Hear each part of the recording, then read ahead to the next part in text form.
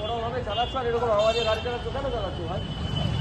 আমি কেন চালাচ্ছি চালাই না, সাবধানে গাড়ি চালাই। এই দুসব জিনিস লাগিয়ে গাড়ি চালিয়ে হাইওয়েতে উঠেছো কেন?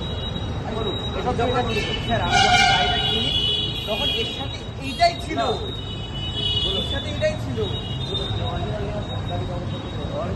অরিজিনাল তো দেয়নি আমাকে, আমি সে সেকেন্ড হ্যান্ড কেনা গাড়ি। এই গাড়ি এরকম ভাবে ঢোকাবে